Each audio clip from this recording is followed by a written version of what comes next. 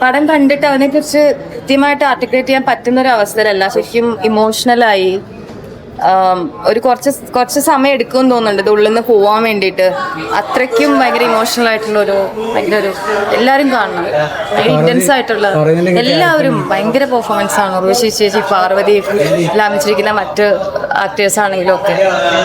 ഈ കാനില് അവാർഡ് കിട്ടിയത് സ്വീകരണം ഇപ്പൊ മലയാള സിനിമകളുടെ സ്ത്രീ സാന്നിധ്യം കൂടി വരാം. എപ്പോഴാണ് ഒരു ചർച്ച വന്നിരുന്നത് ഈ സ്ത്രീകൾ മലയാള സിനിമയിൽ ഉണ്ടെന്നുള്ളത്. അപ്പോൾ ഈ സിനിമ കണ്ടിട്ട് തോന്നി ഇപ്പോൾ സ്ത്രീകൾ മലയാള സിനിമയിൽ ഉണ്ടെന്ന് തന്നെ ഉറപ്പിക്കാൻ പറ്റുമോ? ഈ സിനിമ കണ്ടപ്പോ ആ കഥയിലായിരുന്നു. ഇങ്ങനത്തെ തോട്ട്സ് ഒന്നും അല്ലല്ലോ പോണേ.